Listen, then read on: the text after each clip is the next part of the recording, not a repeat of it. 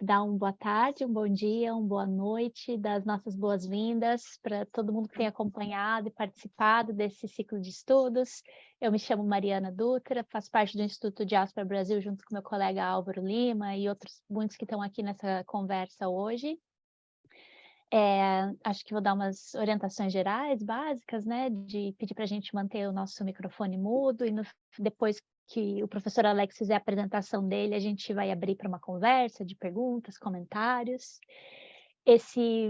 Também é importante lembrar que essa discussão está sendo gravada e depois vai ser publicada na internet, no YouTube, no canal do Instituto Lula. Esse é o nosso quarto encontro, a gente tem tido um grupo acompanhando, né? Esse seminário começou no final de janeiro, com cerca de 200 inscritos, que têm acompanhado a gente ao vivo ou depois assistindo às publicações das palestras. É o nosso quarto seminário, de um conjunto de 6.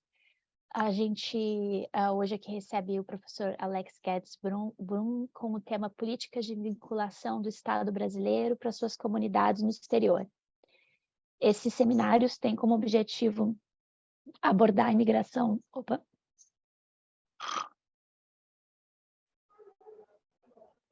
Abordar a imigração de um ponto de vista estrutural, ligado aos movimentos do capital, além de possibilitar um entendimento maior sobre o fenômeno transnacional.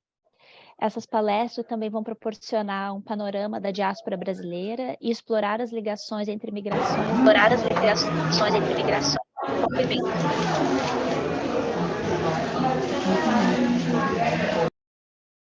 Obrigada.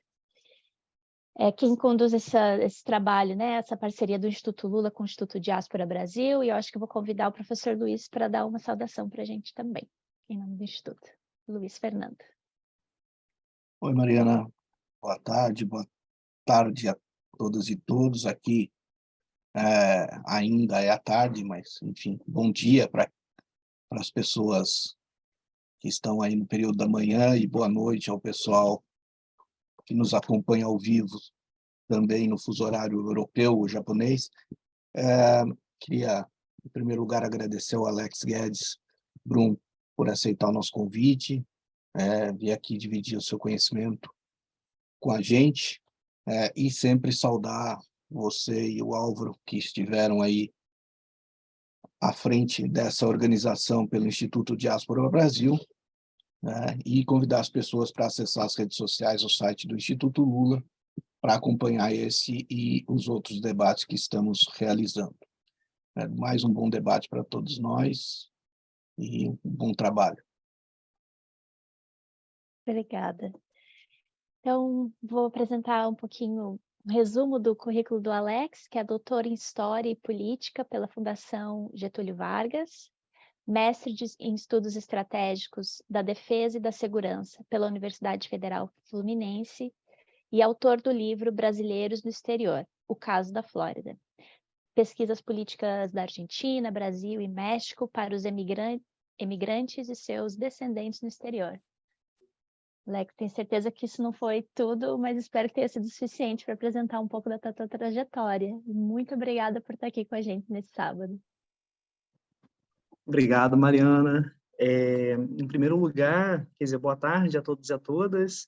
Eu queria agradecer pelo convite ao Álvaro e a Mariana e ao Luiz também pela organização, né, por todo o envolvimento nesse ciclo de palestras.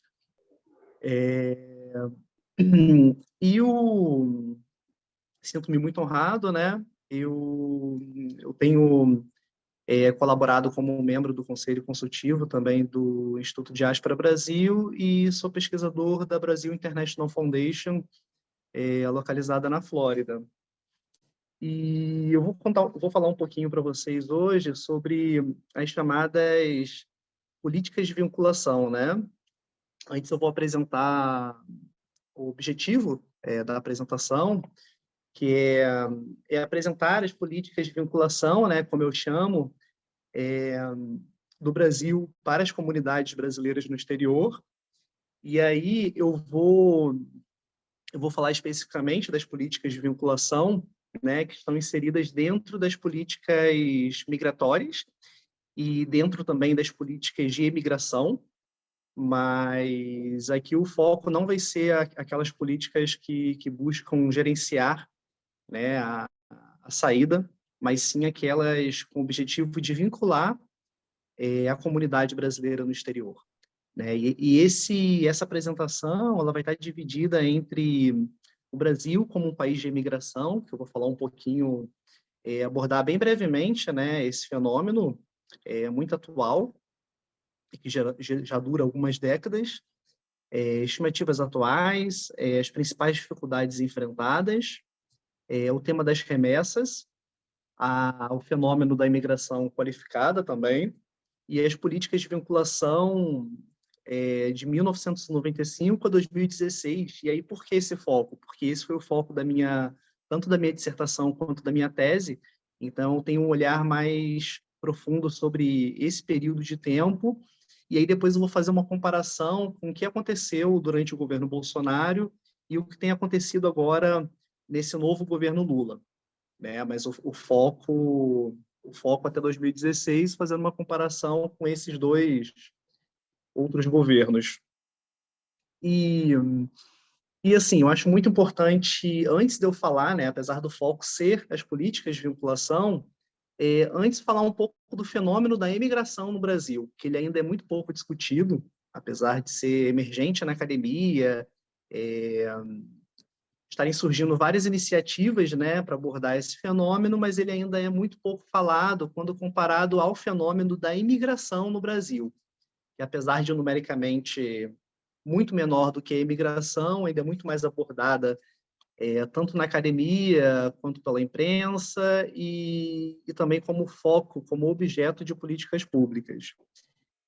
Então, vamos lá. O Brasil como país de imigração. Então, historicamente, o Brasil ele é um país de imigração, né, durante séculos, e os saldos migratórios eles foram positivos na maior parte desse tempo, né? O número de pessoas que entravam no país era muito maior do que o número de pessoas que saíam do país.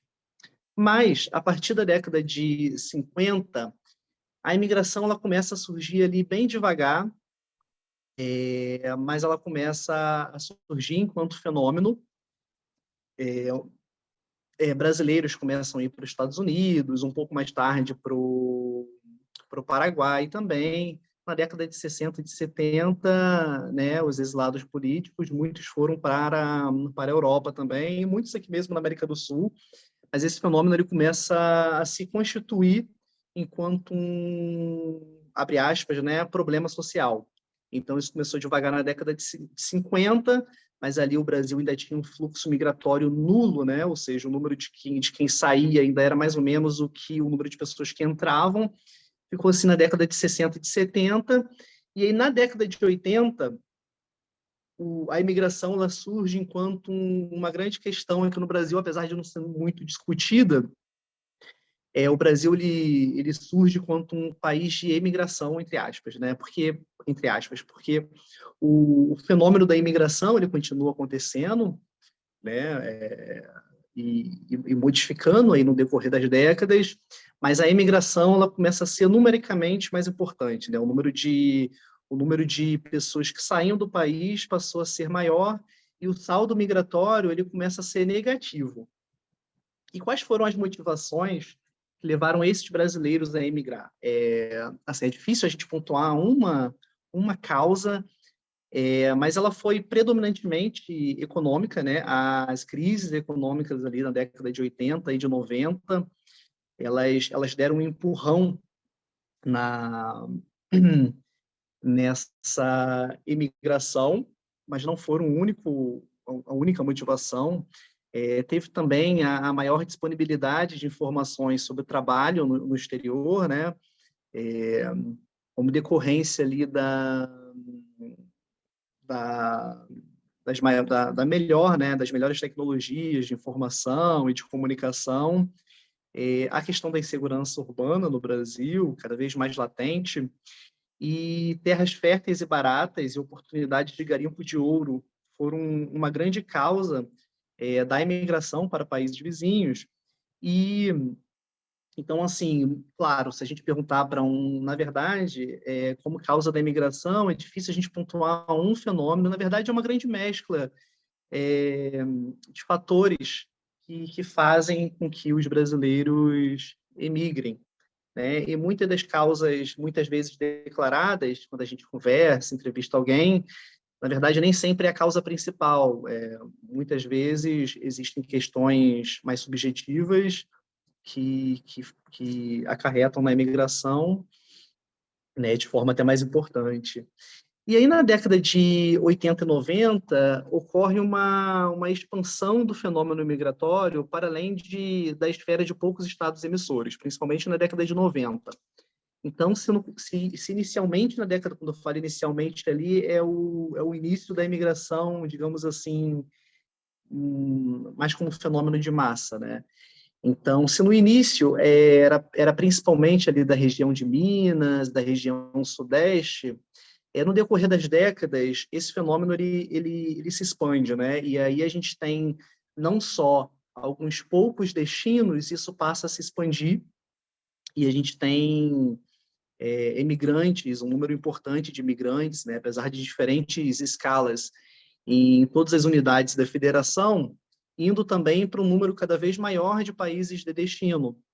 Então, a gente tem, se no início esse fluxo ia principalmente para a Europa, para os Estados Unidos, para a América do Sul, a gente tem brasileiros espalhados pela Ásia, quer dizer, para o Japão, a gente tem espalhados agora para outros países asiáticos, na África, enfim, brasileiros em todo o mundo. Estimativas atuais. Atualmente, o Itamaraty ele estima, né, um número de 4,2 milhões de cidadãos, que é o número de 2020. Né? É importante falar que é apenas uma estimativa, não é um número exato, porque quando a gente fala do fenômeno de imigração, de todos aqueles outros fenômenos relacionados, como remessas, por exemplo, a gente fala apenas de estimativas. É impossível a gente calcular o número exato de imigrantes e o número exato de remessas que esses enviam para o país de origem, para sua terra natal.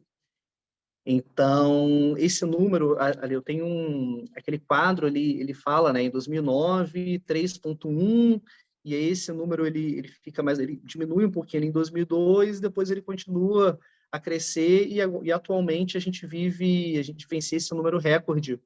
Então, é um fenômeno que ele se torna cada dia mais importante para o Brasil. E aí, durante a nossa conversa de hoje, eu vou falar um pouco sobre o porquê esse fenômeno é importante para o Brasil e o que o Brasil tem feito para os imigrantes. Né? E, assim, virtualmente, essa terceira cidade brasileira, né, que seria com 4 milhões de habitantes, ela é maior do que Brasília, que é a terceira cidade brasileira, cuja população é de 3 milhões. Então, a gente tem um grande número de brasileiros que virtualmente, né, seria a terceira maior cidade brasileira e que contribui com o país enviando milhões de dólares. Não só dessa forma, né, mas é uma forma muito visível. Então, aqui é um gráfico também mostrando o crescimento da comunidade brasileira no exterior. Assim, a gente tem comunidades, voltando um pouco para essa questão numérica, ela é tão importante quando a gente pega, por exemplo, a minha pesquisa de campo na Flórida, né? A população, o tamanho da comunidade brasileira na Flórida é maior do que a população, por exemplo, de Vitória, né, no Espírito Santo. Então, assim, de uma capital do Sudeste. Então, é um número bastante significativo. E agora, as principais comunidades, né? Essas principais comunidades, elas vão mudando no decorrer do tempo, né? Os Estados Unidos, ele permanece como o principal destino dos brasileiros no exterior, disparado, com 1.775.000, de acordo com essa mesma estimativa do Ministério das Relações Exteriores de 2020. Portugal, ele aparece em segundo lugar, Portugal que vinha um pouco mais atrás. Então, é uma comunidade que tem crescido de forma rápida, né? O Paraguai aparece em terceiro lugar, com 240 mil. Né? Portugal com 276. Reino Unido com 220, também ganhou posições aí nesse ranking. Ele aparecia um pouquinho mais atrás, né, inclusive do Japão. E o Japão, ele aparece com 211 mil brasileiros. Então, tanto o Japão como o Paraguai, eles perderam posições como principais comunidades, mas ainda estão ali nas 5 principais.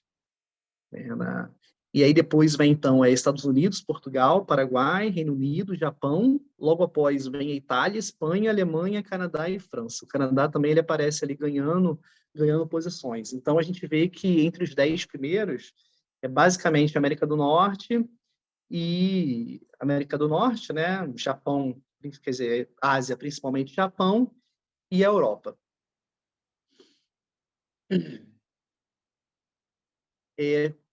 As dificuldades enfrentadas por esses brasileiros, e é importante falar um pouco das dificuldades, até como justificativa para o Estado brasileiro criar uma política mais proativa em relação a essas comunidades. Não só por questões instrumentais, como a questão das remessas, e outras que eu vou falar um pouco mais à frente, mas também em função das dificuldades que esses cidadãos brasileiros enfrentam no exterior. Claro, essas mudam de acordo com o destino, de acordo com a classe social dessa pessoa, de acordo com a sua história migratória, mas importantes dificuldades são o desconhecimento da língua local, né? Em alguns casos mais do que em outros, né? No caso Portugal, como segundo principal destino, essa dificuldade ela é menos impactante, né? Em relação aos Estados Unidos, em relação ao Japão, mas ainda é um grande entrave no percurso migratório de muitos. A situação migratória irregular, também, de novo, ela é um problema geral, mas no caso do Japão, por exemplo, isso é menos latente também do que nas outras comunidades. A questão de não possuir o seguro de saúde, que é um grande problema, principalmente nos Estados Unidos, que a saúde é muito cara, e você precisa de um seguro de saúde, e quando você não tem, isso é um grande problema. Dificuldades de inserção social e de educação, e o preconceito e a discriminação, ela acontece independente de onde você está, né, em diferentes escalas também. Então, vou falar um pouco das remessas, porque as remessas, elas são tanto justificativa quanto elas são apresentadas enquanto justificativas para um país de origem criar políticas de vinculação. Então, em 2010, o Brasil, de acordo com o Banco Mundial, o Brasil ele recebeu 4,3 bilhões de dólares em remessas. Tá? Em 2010, ele era o 24º país que mais recebeu. Em relação à importância, quando a gente vê os poucos estudos que existem sobre os impactos das remessas no Brasil, é que, se por um lado, esse importante volume de remessas ele tem muita importância em algumas cidades para o desenvolvimento local, em algumas regiões também, em alguns estados, principalmente Minas, Paraná também.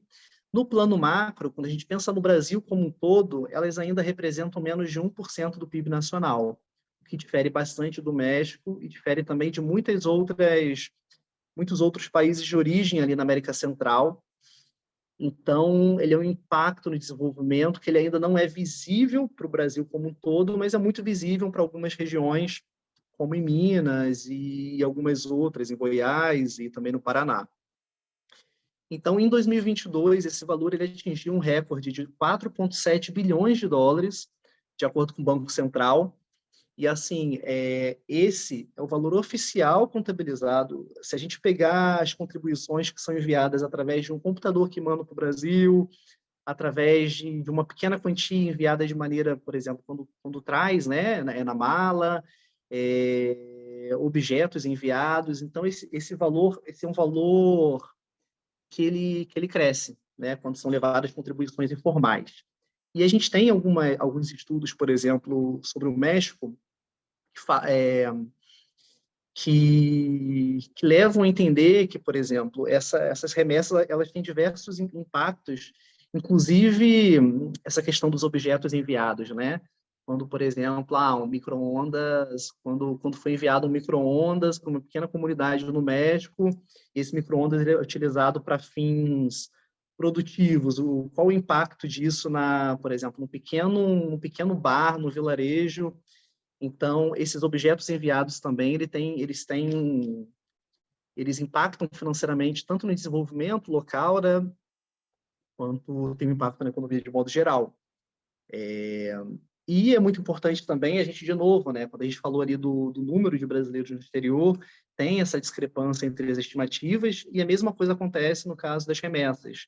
Né? Se a gente pega o Banco Mundial, o Banco Central, eles calculam as remessas de forma um pouco diferente, o que também impacta na estimativa.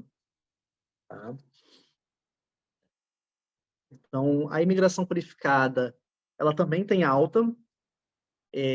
Atualmente, né, entre aspas, a fuga de cérebros, ela aparece como um dos impactos mais imediatos dos cortes vivenciados recentemente no Brasil na área de ciência e tecnologia. Então, esse é um fator importante que levou inúmeros cérebros a emigrarem, né, para lugares que proporcionavam melhores condições de trabalho e melhores condições de pesquisa. Não só salários, mas também condições de pesquisa, condições para fazer ciência. E esse é um fenômeno que tem crescido bastante, não começou agora, né? Ele cresceu aí de 2000 a 2010 já cresceu. O Brasil é uma importante fonte de cérebros para os países da OCDE, né? E isso cresceu mais ainda de 2017, a partir de 2016 para cá, em função desses cortes no orçamento da ciência e tecnologia. Então, também eu vi dados relacionados à fuga de milionários, né, que isso foi em 2018, quando eu tinha visto que o Brasil estava entre os 10 principais países com mais fuga de milionários, e aparecia ali com 2.000 pessoas com mais de 1 milhão que deixaram o país. Aí eu fui comparar com dados atuais, em 2022 o Brasil ele continuava nesse ranking dos 10 mais, com 2,5 mil. Então, esse é um fenômeno que continua aí nos últimos anos e é pouco estudado também. E o aumento, e uma das formas da gente perceber essa saída de pessoas altamente qualificadas, né, com muitas limitações, é o aumento no total de declarações de saídas do país, que é uma burocracia com a Receita Federal, né, uma declaração de saída, e geralmente quem faz essa declaração são pessoas preocupadas e que saem do Brasil de forma regularizada, né? Então, no próximo slide, é um gráfico desse crescimento. Claro que isso é só uma pequena porção, representa apenas uma pequena porção da imigração brasileira, mas ainda assim mostra um crescimento de pessoas que provavelmente são imigrantes altamente qualificados. E aí, como que a gente define, importante também falar um pouco como que a OIM e outros órgãos internacionais definem um imigrante qualificado. Não existe uma definição certa, única, né? Mas geralmente são pessoas com, no mínimo, ensino superior ou com habilidades equivalentes. Então, técnicos, especialistas em algumas áreas também entram como imigrantes altamente qualificados.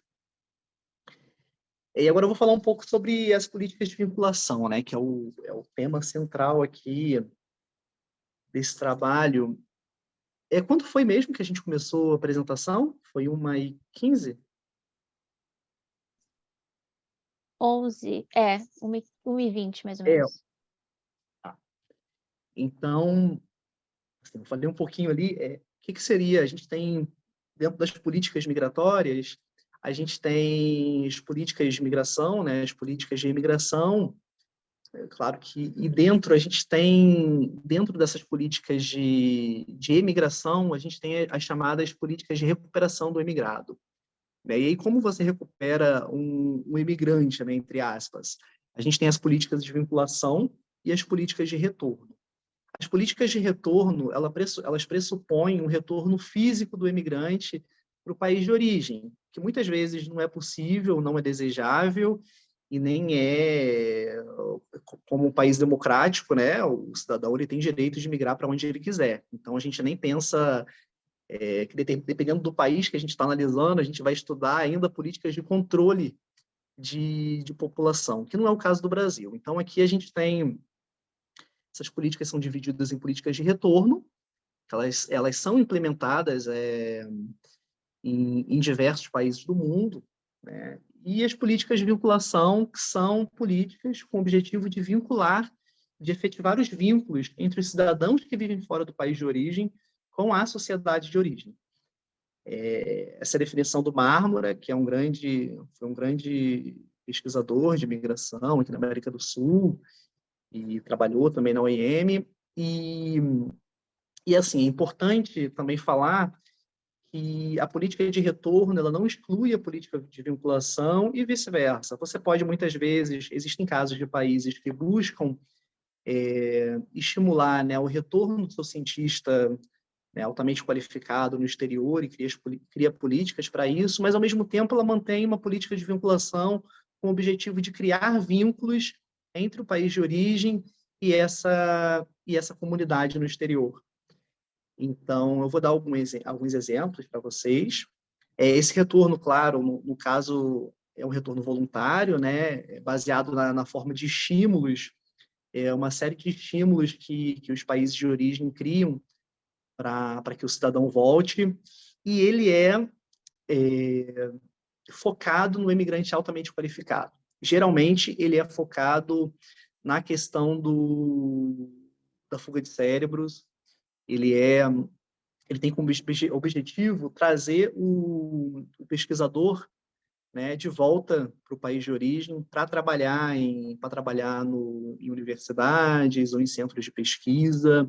E um país que fez muito isso é a Argentina, como eu vou falar mais um pouco, mas não só a Argentina, México, China, enfim, Taiwan.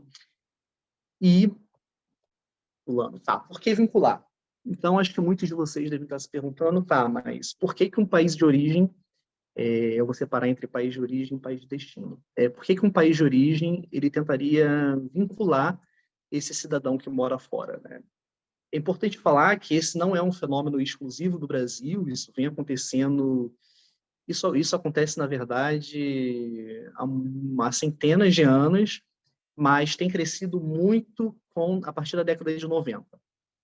Tá? Tem crescido muito a partir da década de 90, e os estados eles procuram mobilizar essa comunidade no exterior como fonte de remessas, como fonte de conhecimento, como lobby na questão de política externa. E aí alguns países fazem isso muito bem, outros tentaram fazer, e alguns nunca fizeram. Tá? E também para defender os direitos humanos dos imigrantes. Então, eu acho que a motivação, muitas vezes, ela é uma motivação mista, né? Você tem ali o interesse em defender os direitos humanos dos imigrantes, né? Como faz a Turquia, por exemplo, mas, ao mesmo tempo, você tem também o interesse em atrair remessas, em atrair de volta, tanto de forma física, mas também através da colaboração à distância, esses cientistas no exterior, e a questão também para fazer lobby. E aí, voltando um pouco sobre o porquê essas políticas de vinculação elas começaram a crescer a partir da década de 90. Porque, historicamente, se a gente pegar ali o debate em torno da fuga de cérebros, ele começou na década de 50, na década de 60, e ele estava muito relacionado à questão do conceito de fuga de cérebros, ou seja, a perda que era para o país quando o cidadão emigrava. Com o passar das décadas, principalmente ali a partir da década de 90, novos conceitos surgiram, muito mais em torno da questão de ganho de cérebros, da questão da mobilidade, da circulação de cérebros. Então, passou a existir uma ideia predominante, mas não a única, tá? De que a imigração ela poderia acarretar tanto no desenvolvimento do país que abriga esse imigrante, e o debate era muito em torno do imigrante altamente qualificado, tá? Mas também acarretar no desenvolvimento do imigrante e também no país de origem. Então, que passou a ser chamado de triple win.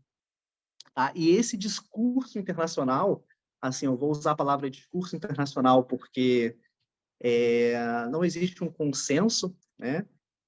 Não existe uma ideia única dos impactos positivos e negativos da imigração altamente qualificada, mas passou a existir no mainstream um consenso internacional promovido pelas organizações internacionais de que, sim, essa fuga de cérebros, na verdade, seria uma circulação. A gente deveria falar sobre circulação internacional de cérebros, porque esse cientista que sai do país de origem, ele vai para o país de destino, ele continua a fazer ciência com cientistas que ficaram, por exemplo, aqui no nosso caso, no Brasil, e eles continuam a atrair estudantes de pós-doc, a divulgar bolsas de doutorado e de mestrado no país de origem. Muitas vezes esses cientistas vão para o país de destino, voltam para o país de origem, e que esse conhecimento ele seria muito mais circular, né, impactando positivamente tanto no país de destino quanto no país de origem. Isso é o que, de certa forma, um consenso internacional promovido pelas organizações internacionais sobre o tema. Mas qual é o pressuposto que eu uso, né?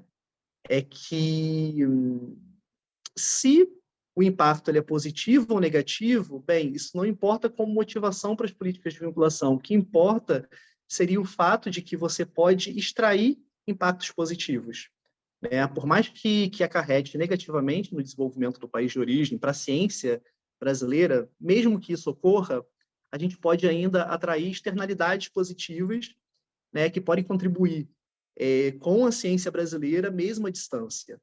Então, no caso dos imigrantes altamente qualificados, essa seria uma importante motivação, né? Você atrair externalidades positivas da imigração altamente qualificada, mesmo à distância. E essa não seria a única forma que esses imigrantes poderiam contribuir com o país de origem. Como que eles podem? Eles podem, na verdade, contribuir enviando remessas, enviam bilhões de dólares anuais para o Brasil. Isso tem um impacto importante em algumas regiões de origem, como a gente viu.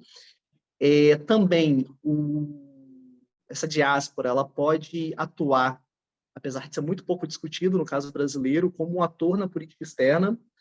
Então, ela pode impactar na política tanto doméstica do país de origem, né, votando no país de origem, também pode, não é o caso do Brasil, mas, quer dizer, talvez seja, patrocinando candidatos, colocando dinheiro em campanhas, votando. Em alguns países, o cidadão ele pode não só votar para o cargo de presidente e vice-presidente, mas também para deputado, para senador, no nível municipal também. Então, isso varia muito de país para país. E também no país de destino, essa diáspora pode ser mobilizada por questões de política externa, mas também ela pode, por si só, atuar, mesmo sem a mobilização do estado de origem, né, do país de origem, ela pode atuar,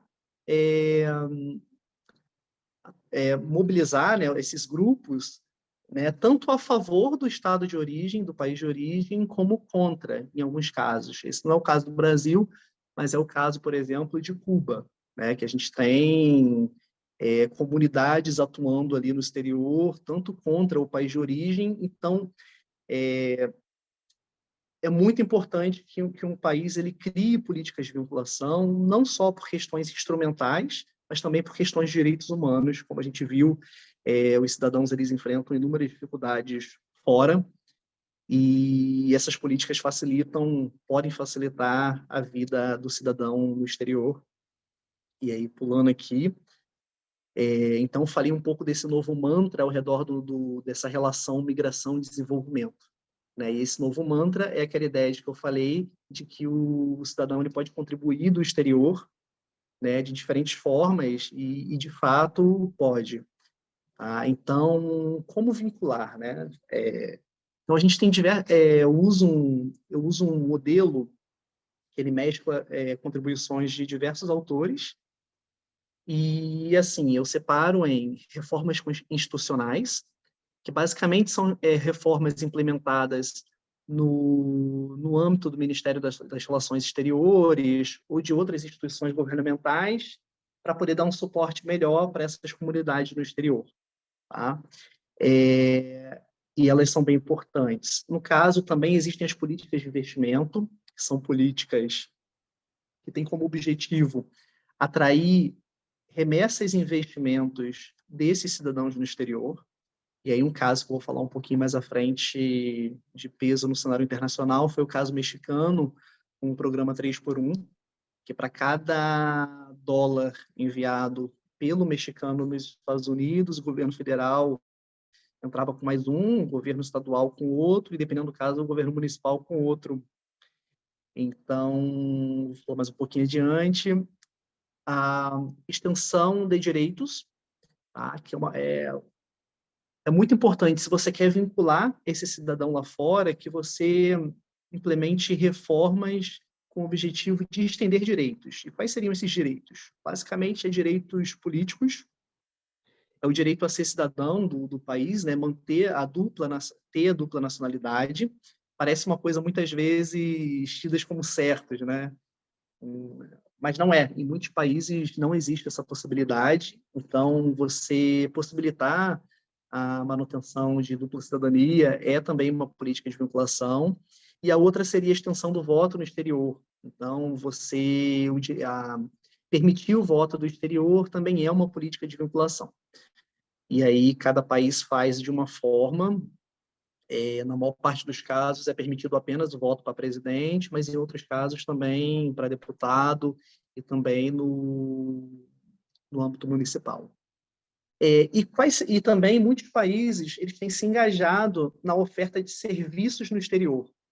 Então, no caso do Brasil, por exemplo, como eu vou falar, diversos ministérios eles têm cooperado com o objetivo de oferecer serviços no exterior.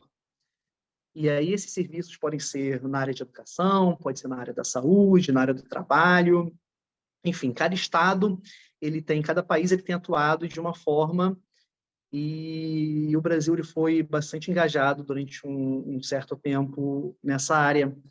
Mas o caso assim considerado referência é o caso mexicano, ele através de uma reforma institucional, né, que foi a criação do IME, ele passa a oferecer, Instituto Los Mexicanos no exterior, ele passa a oferecer uma série de serviços no exterior para esses cidadãos. Também tem as políticas simbólicas, que são políticas de cunho mais simbólico, que tem como objetivo principal preservar a cultura desse emigrante no exterior, mas também criar vínculos, né? E nas relações internacionais, que é uma outra sub-área dessas políticas de vinculação, que é qual atuação, o que um país tem feito na arena internacional em prol desses cidadãos no exterior.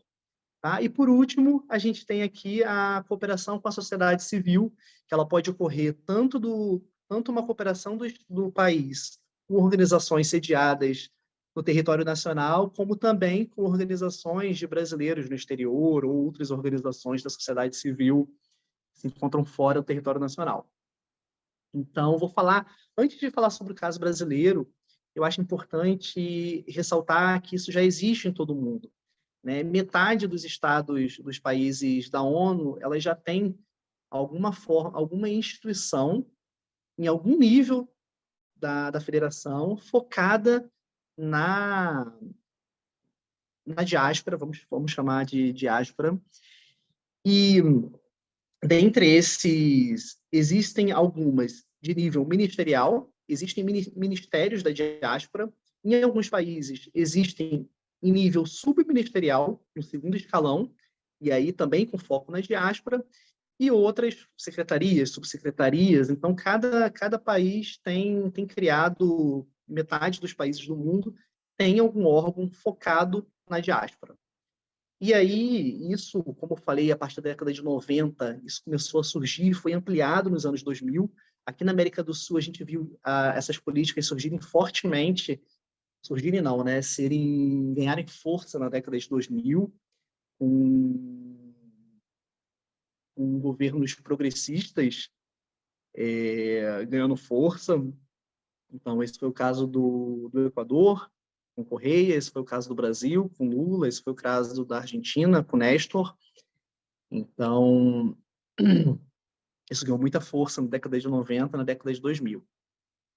No caso da Argentina, por que eu peguei esses 3 países? Foram países que eu já estudei e eu posso falar um pouco melhor, que eu já estudei, já escrevi artigos. No caso da Argentina e do México, foi tema da minha tese. Então, no caso da Argentina, por exemplo, o país ele tem um histórico de atenção focado na diáspora científica, e esse era um foco praticamente exclusivo das políticas de vinculação da Argentina. Quando o Néstor chegou no poder ali em 2000, ele expandiu essas políticas de vinculação que passaram a englobar outras áreas. Mas o foco principal sempre foi e continuou sendo a diáspora científica argentina. A Argentina tem um grande número de cientistas, proporcionalmente maior do que o Brasil, no exterior. É uma imigração mais qualificada do ponto de vista acadêmico e uma grande mobilidade científica ela aconteceu desde a década de 60. E nos anos 2000, a Argentina chegou a criar um programa que foi considerado referência, que foi o programa Raíces, que chegou a trazer... Era um programa que mesclava ações de retorno com ações de vinculação.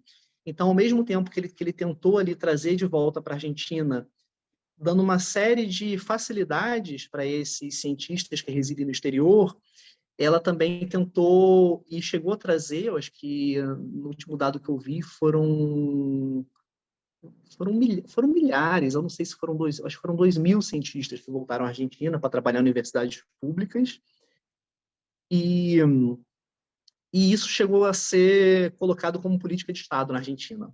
Mas durante o período ali do Kirchner, na verdade, ele tentou outras políticas também para tentar vincular e essa ideia do Raíces era o seguinte: você tanto tentava trazer de volta o cientista para o país de origem, mas também tentava vincular ele do exterior, como tentava estimular a cooperação, né? Você tinha um site e você tentava divulgar oportunidades no exterior e na Argentina para esses membros da diáspora científica, e também tentou-se divulgar oportunidades de emprego, divulgar oportunidades de bolsas, tanto na Argentina quanto no exterior, nessa rede, nesse site. E esse programa durou anos, tá? Mas também foram tentadas, a Argentina apoiou a regularização, a regularização, a situação, regularização dos migrantes argentinos na Espanha, tentou também assinar acordos para fascinar acordos na área de direitos, né, principalmente, para beneficiar os argentinos no exterior. Enfim, a Argentina, durante os governos Kirchner, tentaram ampliar essa atuação em prol da diáspora. Depois, durante o governo Macri, muita coisa mudou, mas, enfim, a gente vê aqui um país vizinho nosso que tinha uma política forte nessa área, com foco na diáspora científica. No caso do México, já é uma atuação totalmente diferente. O México ele tem uma outra história, a imigração ela tem um peso diferente para o México. 10% da população mexicana se encontra no exterior, e o mais interessante é que 98% dessa população mexicana no exterior se encontra em um único país, que é os Estados Unidos. Então, isso cria todo um ambiente que o México se torna muito particular. Então, o México, uma grande atuação do México em relação a esses imigrantes, ela é histórica, né? Mas durante algumas décadas, 70, 80, o México ele optou por uma postura de laissez-faire, de deixar a questão como está, né? Não se envolver muito com a questão migratória por diferentes motivos relacionado principalmente a como que o México se via, né, no cenário internacional, e também em função da sua relação com os Estados Unidos, né, que ele sempre temia muito o envolvimento na questão migratória por ser uma questão muito sensível para os Estados Unidos. Na década de 90, isso mudou. O governo Salinas, que foi ali do PRI na época, o México era uma ditadura, e ele tinha uma preocupação muito grande que os imigrantes mexicanos eles estavam fazendo mobilizações contra o PRI, né, que era o partido do Salinas, em frente a consulados nos Estados Unidos, enfim, uma mobilização política a partir dos Estados Unidos, que era o principal parceiro mexicano, né?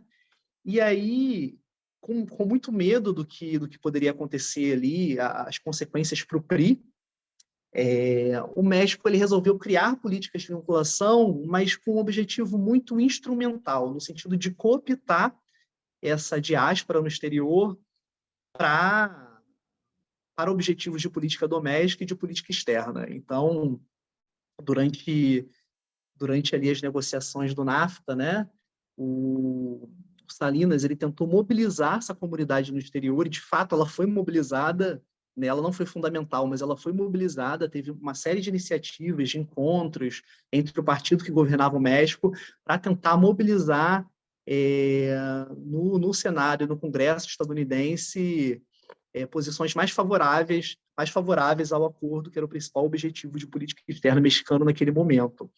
E aí, por que eu estou falando isso? Só para mostrar como que os objetivos eles podem ser tão diferentes e as ações podem ser muito diferentes também do que um país pode fazer. Quando o Fox chegou ao poder, nos anos 2000, já foi uma outra proposta. O tema dos mexicanos no exterior, que sempre foi um tema de baixa política, ele se tornou como principal. O México ele chegou a colocar o tema da imigração como principal tema de política externa mexicana, e isso ocorreu durante o governo Fox, durante o que eles chamam de sexênio, né? 2000, acho que foi 2000, 2006. O México ele mobilizou esse tema para fins de política externa e, de fato, ele se tornou o principal tema, ou seja, assumindo uma importância nunca antes na história do México. E aí a gente vê que mesmo o México, com toda uma tradição, uma história com o tema da imigração, ele demorou até ganhar essa proporção. E essa importância dessas políticas de vinculação, elas foram ocorrendo mais ou menos no mesmo período. E aí o que eu observei nas minhas pesquisas seria uma certa transferência na área de políticas públicas, porque esses funcionários governamentais, esses diplomatas, eles conversam entre si, eles se encontram. E uma série de encontros também são promovidos entre essas elites governamentais. E aí a minha hipótese é de que ocorreu uma transferência de políticas públicas aqui na América Latina, muito em função do México. Então, a partir do momento que o México adotou, outros países ficaram sabendo, viram que era possível e começaram a implementar. E, de fato, foi implementado. Em algumas entrevistas,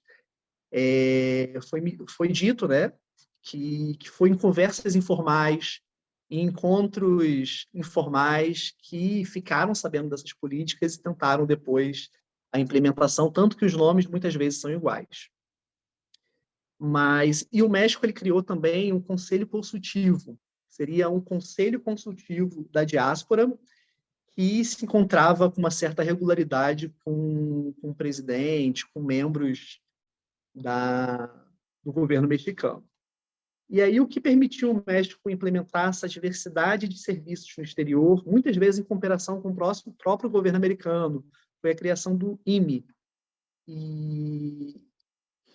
E esse IME ele permitiu essa série de serviços. No caso da Turquia, em 2010 também foi criado uma instituição como o IME, né, que foi o WTB, e o governo ele passou a estimular, ele passou a atuar como a comunidade, assim como o México, a comunidade turca na Europa, ela tá concentrada na Alemanha.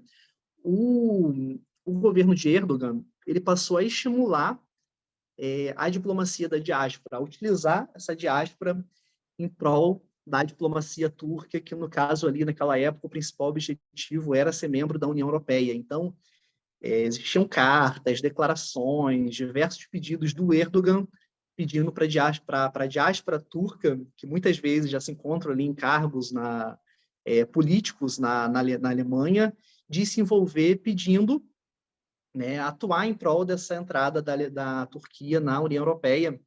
E também o Erdogan ele foi muito proativo em utilizar a relação bilateral Turquia-Alemanha para conseguir melhoras e para lutar contra a discriminação dos turcos na Alemanha.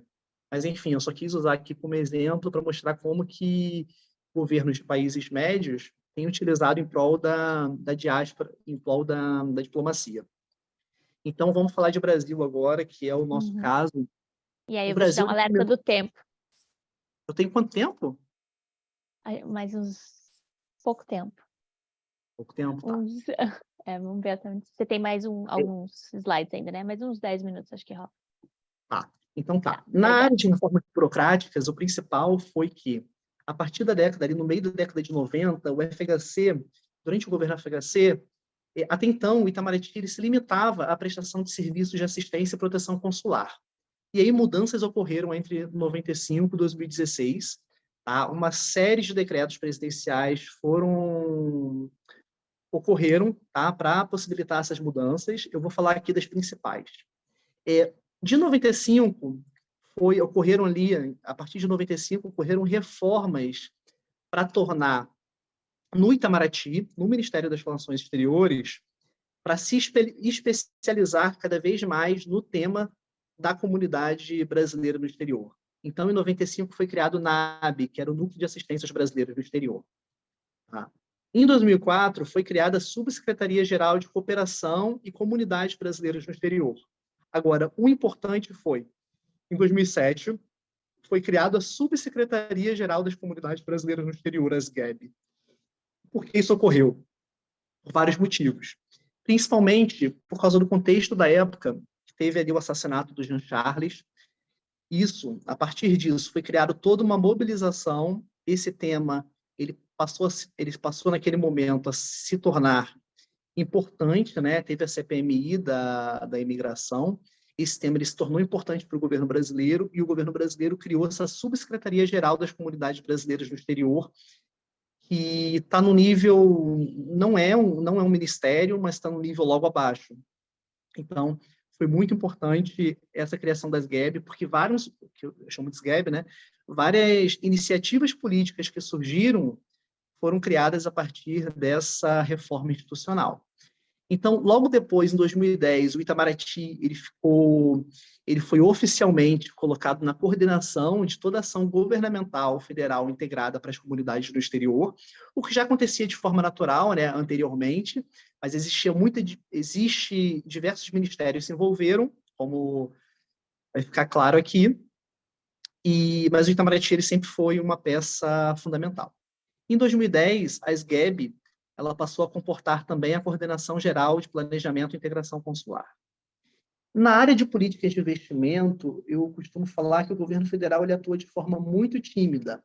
Existiram diversas iniciativas, mas a grande parte foi uma iniciativa do SEBRAE com o Fundo Multilateral de Investimentos do Banco Mundial, FUMIM. Então, assim, em algumas dessas iniciativas, em cooperação com algumas associações, como foi o caso da Associação Brasileira de DECASEG, no caso do programa DECASEG Empreendedor.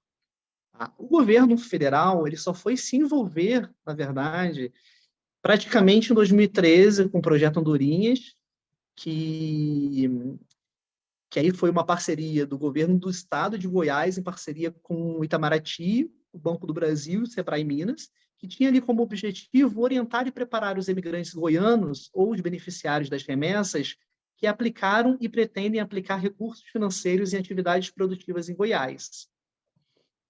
Na área de extensão de direitos políticos, nesse período que eu estou analisando, né, houve a dupla nacionalidade, passou a ser permitida a partir de 94, e o voto no exterior para os cargos de presidente e vice-presidente, que já era uma lei de 1988, que essa lei foi ratificada na ditadura, né? Isso nunca foi implementado.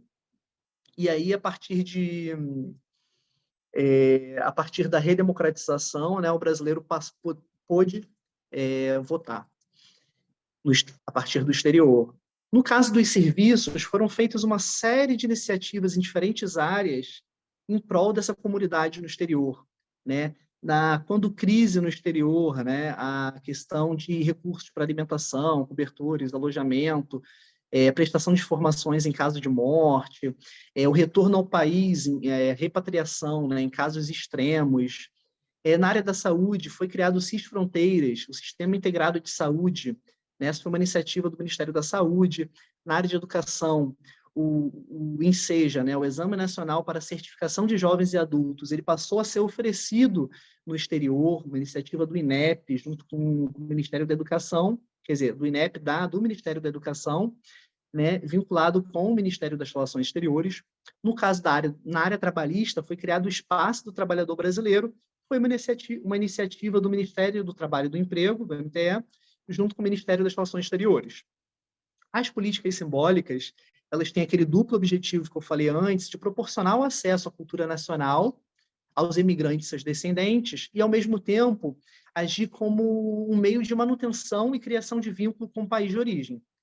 Então, os principais atores envolvidos nessa área foi o MRE, de novo, e o Ministério da Cultura, e as principais iniciativas foi os pontos de cultura no exterior, a Televisão Brasil Internacional, a criação de centros culturais brasileiros, a criação de honrarias, o Dia da Comunidade Brasileira no Exterior, a cartilha infantil Brasil for Kids, e o minicurso infantil e o concurso infantil de desenho Brasileirinhos no Mundo. Então, iniciativas com o objetivo de promover e agir na manutenção da cultura brasileira. Então, nas relações internacionais, foram assinados diversos, isso tudo principalmente foi muito forte nos anos 2000, assinatura de acordos bilaterais e internacionais na área de assistência jurídica e a detentos, na área de regularização migratória, como foi o Acordo Lula em Portugal, na área de previdência social, saúde e educação. Nos anos 2000, principalmente, o governo federal ele foi bastante ativo nessa área, e também no que eu chamo de afirmações internacionais, que ocorreu principalmente durante o governo Lula, que foi a aplicação de medidas quer dizer, em alguns casos, né, isso já é uma tradição histórica da diplomacia brasileira, mas ocorreu mais fortemente durante o governo Lula, foi a aplicação de medidas de reciprocidade como punição, entre aspas, né, que era a exigência de visto quando um país exigia, né, do cidadão brasileiro, e a deportação, como foi o caso de algumas crises, como nos Estados Unidos e a crise da Espanha, né, e algumas outras. Então, na área da cooperação com a sociedade civil, passou a ser estimulada pelo governo federal relações formais e informais com organizações de imigrantes. Foi criado para isso o Conselho de Representantes dos Brasileiros no Exterior, o CRBE, e passou-se a ser organizadas, a partir de 2008, as Conferências Brasileiras no Mundo, em que muitos desses representantes no exterior eram convidados pelo governo federal para participar dessa conferência no Brasil. Então, algumas considerações sobre o período. Em 2005, durante o governo FHC, houve a primeira aproximação, tá? com a criação ali de algumas reformas institucionais. O foco naquele momento foi a melhora do serviço consular, mas foi durante o governo Lula que o Brasil buscou vincular de fato, criando um número grande de políticas de vinculação em diferentes áreas. Essas políticas, de modo geral, elas sofreram uma estagnação durante o governo da Dilma, e durante todo esse período, uma série de diversos atores governamentais e não governamentais participaram do processo de formulação e de implementação dessas políticas públicas. Então, o que mudou com Bolsonaro, né? Houve o que eu chamo de desconstrução dessas políticas de vinculação, que foram gradualmente construídas e foram imediatamente desconstruídas. E aí, quais foram as principais mudanças, né, assim, de modo de orientação? Na área de serviço no exterior, tanto a pandemia e os cortes orçamentários e as constantes trocas de funcionários atrapalharam diversas dessas políticas, principalmente na área de serviços no exterior, e aí eu vou aqui ressaltar a questão do ENSEJA, né? O orçamento desse exame de português no exterior, ele caiu drasticamente, e além de tudo, a constante troca de funcionários acabou prejudicando também a implementação do ENSEJA. Na área da cooperação civil, ocorreu duas mudanças importantes. Primeiro, junto com diversas outras organizações da sociedade civil, foi através de um decreto, extinguiu o CRBE, né, e uma série de outras organizações. Então, o Conselho de Representantes Brasileiros no Exterior, ele buscou de forma autônoma se organizar, né, fora do âmbito estatal, e o foco ele passou a ser a diáspora científica. O que eu percebi foi que, principalmente o Ministério das Relações Exteriores, ele procurou organizar diversos eventos com a intenção tanto de mapear essas comunidades de cientistas no exterior, mapear e de estabelecer vínculos, organizando eventos pelas embaixadas. Isso começou no Reino Unido e nos Estados Unidos, e aí, pelo que eu mapeei, depois foi para a Áustria, para a Alemanha, foi expandido ali para a Europa Central e para outras áreas da Europa também. Então, eu percebi essa tentativa de estabelecer vínculos com a diáspora científica. Na área de relações internacionais, houve um alinhamento total com Trump. Então, o impacto principal foi na questão do brasileiro no exterior, a questão da deportação e a questão dos voos fretados. O governo Bolsonaro ele rompe com uma posição tradicional da diplomacia brasileira, que é de você não colaborar nesse sentido, né? Você não... porque... e aí você passa a colaborar com o país que quer deportar o seu cidadão, inclusive através da facilitação do fornecimento de documentação que os Estados Unidos pediam. A partir de 2019, então, tornou-se frequente um voo por semana. O governo Biden conseguiu ampliar para 2 vezes por semana e, atualmente, eu não sei como ficou no final do governo Biden, mas o número de voos tinha multiplicado. E também na área de relações internacionais, o governo Bolsonaro ele deixou de aplicar a reciprocidade, né? E aí a gente tem o caso dos vistos e a questão de deportação, lembrando que a crise dos inadmitidos, como foi chamada a crise da Espanha, a crise com a Espanha, né? Em que o governo brasileiro ele teve que atuar de forma mais dura para poder aplicar a reciprocidade. Durante o último governo, isso não ocorreu, tanto no caso de crises de deportação, quanto no caso de quando o outro país passou a exigir visto de nossos cidadãos, como foi o caso de tirar, né, a exigência de visto no caso dos Estados Unidos, da Austrália e do Japão. E o governo Bolsonaro também saiu do Pacto da Migração da ONU, que apesar de não ser um documento focado exclusivamente na imigração, né, é um documento que afeta tanto o imigrante no Brasil, tanto quanto o nosso imigrante no exterior. Uhum. E, finalizando já, Tá. O que mudou no novo governo Lula, né, nesses primeiros 2 meses de governo, o que já mudou? A gente tem uma certa expectativa de que haja movimentações a uma posição mais altiva do Estado brasileiro para a imigração, não sei ainda em que grau, mas a gente já tem duas movimentações, né? Primeiro, a volta do Brasil imediata, o início do governo para o Pacto de Imigração da ONU, e agora, recentemente, nos últimos dias, foi declarado a volta, né? Chamei de a volta da reciprocidade. O Brasil ele volta a pedir vistos de cidadãos dos Estados Unidos, do Canadá, do Japão e da Austrália. Então, considerações finais. A gente viu que eu não tive tempo de falar em que governo aconteceu cada mudança, mas durante o governo FHC, o Brasil ele passou a olhar para o brasileiro no exterior, começando a melhorar a política consular. Durante o governo Lula, o Brasil ele criou um grande número de políticas de vinculação, os objetivos muitas vezes difusos, mas as políticas de fato aconteceram.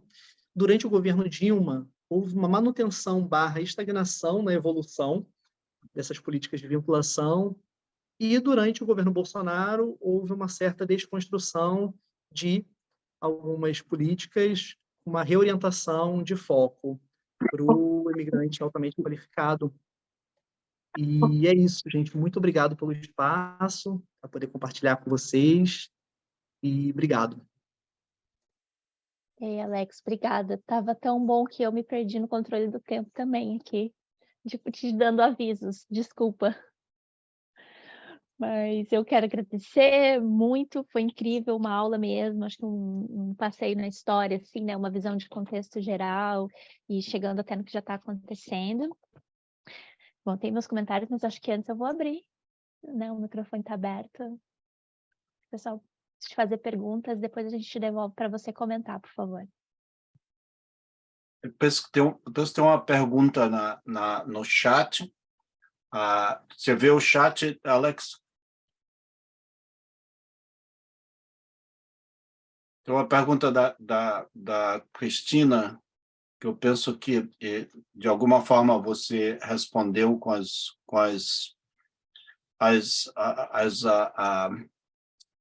as mudanças no governo Bolsonaro, que foi, na maior parte, acabar com isso, e agora elas começam a ser restabelecidas no novo governo Lula.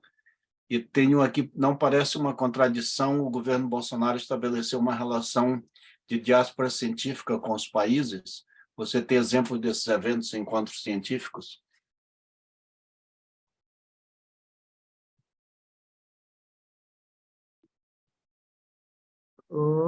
Tá. Qual foi a primeira pergunta mesmo, Álvaro? No chat eu... Existem diferentes leis associadas aos brasileiros no exterior que se desenvolveram claramente nos últimos anos, seja na aquisição de documentos, votar e pagamento de impostos. Você pesquisou mudanças dessas políticas estaduais e nacionais? Eu penso que, de alguma forma, você respondeu quando fez o histórico do governo do Fernando Henrique Cardoso ao Bolsonaro. Sim, sim. Foram feitas... Tem muitas outras que eu não consegui falar, né? A questão de facilitação do envio de remessas, abertura de agências no exterior. E aí, muitas vezes, não foi nem... Essas políticas, elas não sempre são coordenadas. Elas são iniciativas, algumas vezes, coordenadas entre diferentes instituições do governo, outras vezes, iniciativas individuais. A gente viu uma série de... principalmente nessa década de 2000, tentativas ali, talvez por ordem direta, não sei, mas tentativas de cada ministério olhar para esse tema e ver o que cada um podia fazer. E eu acho que isso aconteceu. Poderia ter acontecido mais? Sim, sempre, mas eu acho que houve uma grande mudança. E assim, a gente sempre fala, mas é claro que o México tem políticas para os imigrantes, porque 10% da população está fora, e as remessas dos imigrantes mexicanos estão ali eu acho que está em terceiro lugar, ou segundo, como principal fonte de recursos para o país, junto com petróleo e turismo, é uma coisa absurda. Mas, quando a gente olha para o caso brasileiro, a gente vê que mesmo o Brasil, sem esse mesmo número de remessas e sem esse mesmo número de cidadãos fora, ele avançou muito em algumas áreas. Então, na área de serviços, o México dispara na frente. A gente teve outras áreas, por exemplo, o brasileiro no exterior, ele pôde votar antes do que o cidadão mexicano. O cidadão mexicano ele conseguia influenciar nas eleições nacionais de forma indireta, através de seus parentes no México. Mas esse voto a partir do exterior, no caso do Brasil, a gente avançou antes. Então, o número de remessas e o número de cidadãos fora, ele não é uma condição obrigatória para você avançar nessa área. Você pode estar muito preocupado com a questão dos direitos humanos dos imigrantes. Como aqui no Brasil, eu acho que foi em 2007 ali, essa questão foi uma questão que que expandiu a atuação governamental nessa área.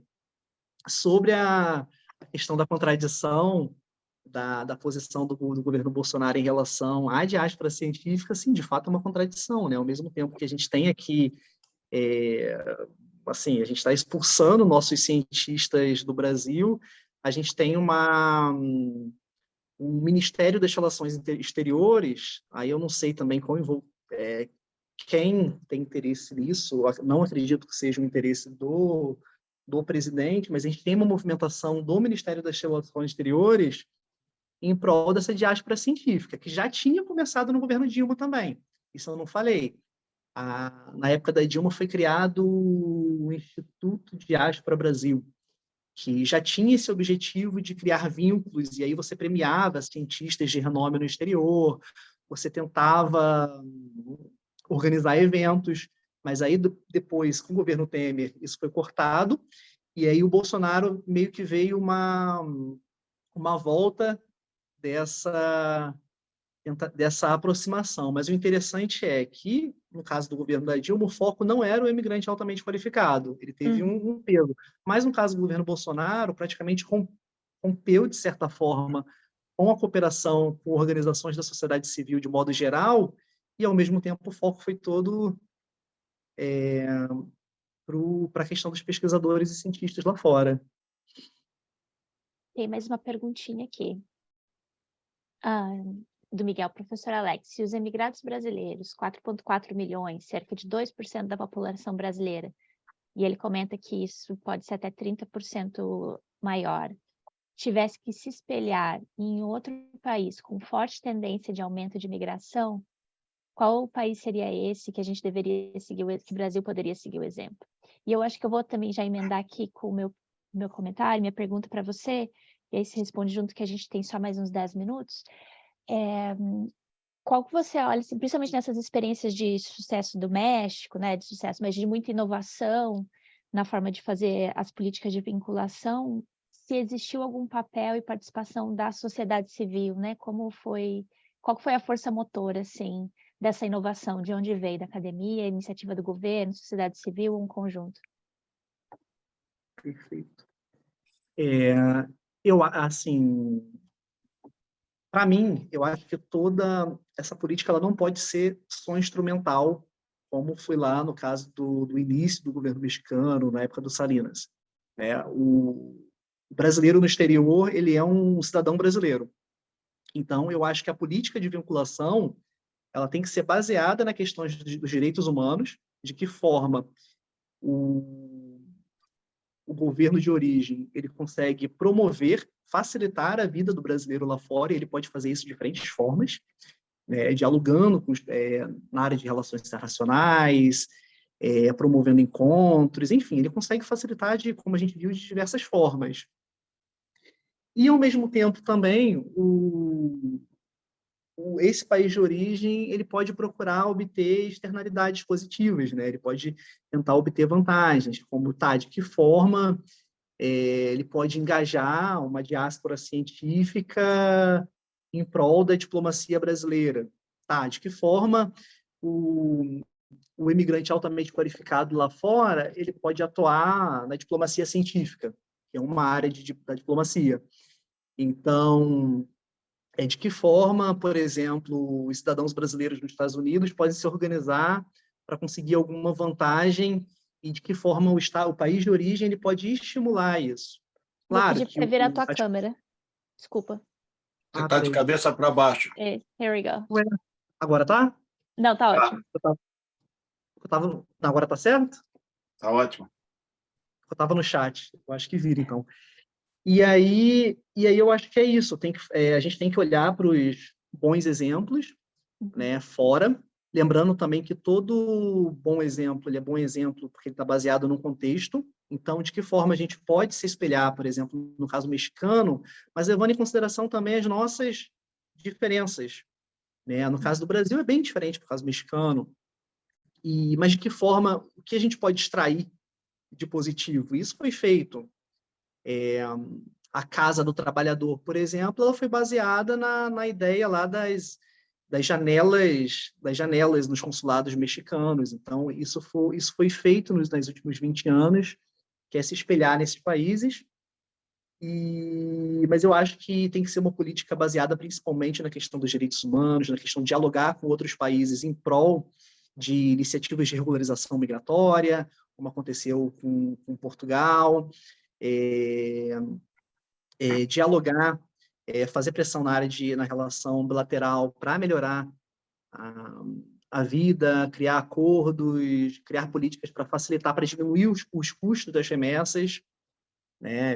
Isso é bom tanto para o imigrante como é bom para o país que recebe. Então, eu acho que tem que ser, eu acho que é um pouco por aí. E aí, a sua pergunta, como eu olho o papel da sociedade civil, a sociedade civil ela teve uma importância fundamental em inúmeros casos. A gente fala que esse transnacionalismo político ele pode ser estimulado tanto de baixo para cima, quanto de cima para baixo.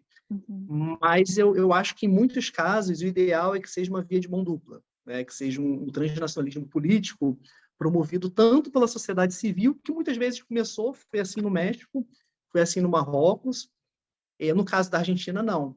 Já a gente vê uma atuação muito baixa da sociedade civil no exterior, e aí o interesse foi o interesse governamental. Os principais fatores explicativos da mudança de orientação durante o governo Kirchner foi muito menos vindo da sociedade civil e muito mais vindo. Mas a gente tem o caso do Brasil, que, por exemplo, a atuação da sociedade civil ela foi fundamental. A gente teve antes de ser criado o CRBE, né, e antes de ser criada a Conferência Brasileira no Mundo, a sociedade civil ela já organizava uma série de eventos na Europa, nos Estados Unidos, né, Conferência de Bruxelas, não, Encontro de Bruxelas, Encontro de Boston. Isso já começou a ser organizado nos Estados Unidos, e principalmente nos Estados Unidos e na Europa. E aí, quando chegou o contexto político ideal, houve diálogo e talvez também aconteceram algumas coisas que propiciaram isso, que foi ali o assassinato do Jean Charles, teve episódios de deportação em massa. Então, uma nova orientação na política externa do governo Lula, que tinha um objetivo ali de se tornar uma liderança. Então, meio que foi instrumentalizado o tema dos brasileiros no exterior para, abre aspas, chamar a atenção também das potências ocidentais. Então, eu acho que isso tudo teve a questão dos direitos humanos, teve a questão de tentar instrumentalizar o tema, e tem também fundamental no caso brasileiro, que nos meus estudos eu vejo como um principal fator explicativo, que talvez seja a atuação da sociedade civil a partir da década de 90, tanto nos Estados Unidos e principalmente na Europa. Incrível. Um dado importante no começo do governo, aliás, antes do começo do governo Lula, quando o Lula era candidato, teve esses eventos, a Carta de Boston, mas a Casa de Portugal foi fundamental também, e a resposta do Lula como candidato foi a Carta aos Brasileiros Fora de Casa, que foi um compromisso dele com a diáspora brasileira se ele ganhasse a eleição. E foi muito importante, porque foi muito importante que teve um compromisso político dele, e foi muito importante, como você disse, porque casou com a inteligência do Celso Amorim, que desenhou uma política externa brasileira que incluiu os imigrantes, a África e a América Latina, que antes eram 3 setores que não faziam parte da política exterior brasileira. E isso foi muito importante, porque ele reestruturou o ministério de um ministério que resolvia crises, como foi a crise da Espanha, a do Jean na Inglaterra, mas para uma política de Estado que começou a pensar a diáspora brasileira. O primeiro encontro dos brasileiros no mundo foi pautado no site do Instituto, eu tenho esses documentos, foi pautado por duas produções importantes dos intelectuais brasileiros que escreviam sobre a diáspora brasileira, que fizeram pesquisa sobre a diáspora brasileira, e um documento que é um apanhado das políticas no mundo. E o CRBE foi, por exemplo, muito baseado no INE do México. E isso foi tudo destruído. A gente vai levar agora um bom tempo para reconstruir essa política em relação à diáspora brasileira. Mas vamos chegar lá de novo. Eu só quero, a gente tem mais 2 minutinhos só para concluir o comentário, acho que do Paulo Torres, um pouco nesse sentido, que apesar de toda a destruição do último período, se eu entendi bem, ele está dizendo que as novas associações que estão surgindo entre os brasileiros podem cooperar para essa transformação. E aí a pergunta do Miguel, tentando resumir aqui, a última para você, Alex, qual que é a tua perspectiva, assim, daqui para frente, o que está vindo, né? Porque a gente sabe que tem esse foco tradicional, não tradicional, mas tem um foco majoritário, uma tendência de olhar para a diáspora científica, mas e você acha que para o resto, para toda a outra maior parte da diáspora, assim, tem alguma perspectiva de novidade em termos de política pública? Eu acho que, assim, a perspectiva ela é boa, mas, por exemplo, já teve uma mudança no discurso em relação ao brasileiro no exterior, que chegou a ser chamado, né, determinados segmentos de palavras que eu preferia não ter escutado durante o último governo. Isso quer dizer, não parece bobeira, mas isso é aquela questão da política simbólica, né, de que forma você tem que se relacionar bem para tentar vincular. E eu acho que a perspectiva ela é de melhora, mas eu acho com alguma limitação, porque a gente não está no mesmo cenário da década de 2000, em que tinha muito mais recursos. Enfim, o contexto político, econômico era outro, mas eu acho que várias dessas iniciativas não são tão caras, não são caras, na verdade, são muitas vezes baixíssimo investimento. E, assim, eu acho que a tendência é a retomada gradual. Tanto que a gente observou aqui duas retomadas em 2 áreas, né? No Pacto Global, e que impacta, de certa forma, o brasileiro no exterior, e também a questão da reciprocidade. Né? Agora a gente tem que ver como vai ficar a questão do CRBE, que, assim, vou esperar também os próximos episódios. E eu acho que na diplomacia a tendência é voltar de forma mais atuante ao que era antes. Uma atuação mais altiva e menos subordinada aos Estados Unidos. Eu acho que, pelo menos diplomaticamente, essa é a tendência. E eu acho que a tendência é continuar, é voltar aquele olhar, por exemplo, que tinha durante o governo da Dilma. Por mais que as políticas tenham estagnado, você tinha um olhar tanto para a comunidade de modo geral, quanto para a diáspora científica. Eu acho que o caminho é por aí, é olhar sempre olhar para todo mundo, porque todo mundo é cidadão brasileiro no exterior, né? Ou seja, tem direitos, né? Merecem políticas públicas, e também todo mundo pode contribuir com o país de origem, não só através de cooperação científica, mas também através das remessas, através, enfim, de uma série de coisas que enviam durante crises no Brasil. Muita gente contribui enviando, enfim, contribuindo para diminuir os impactos negativos dessas crises. Eu acho que as contribuições são múltiplas, não só retornando, mas permanecendo no exterior. E eu quero que o Brasil volte a olhar para o brasileiro no exterior, e eu acho que isso vai acontecer, talvez de forma um pouco mais moderada, menos recursos, mas muita coisa não tem custo alto. Então, eu acho que dá para avançar muito a baixo custo. Por exemplo... A gente precisa só ir direcionando para concluir, Álvaro. Não, por favor. Pode ir, por favor. Não, eu estava vendo aqui no chat a transformação do CRBE. Sim, esse foi do Paulo. Ótimo. Pensei que fosse uma diferente, mas é da pergunta anterior. Sim. Assim, fica sempre difícil gerir o tempo, né? A gente fica com vontade de continuar essa conversa e acho que todos os esforços têm vários movimentos aqui representados, né? A gente está muito feliz com isso. Acho que o nosso esforço é para criar mais esses espaços, né? Uma vez que a gente conclui esse ciclo de discussão, que a gente tenha mais espaço para nossa discussão e auto-organização, assim. Boas Mariana, só novidades venham. para complementar, porque eu penso que é importante, existem duas, você estava referindo, Alex, que não tem muito custo, e tem dois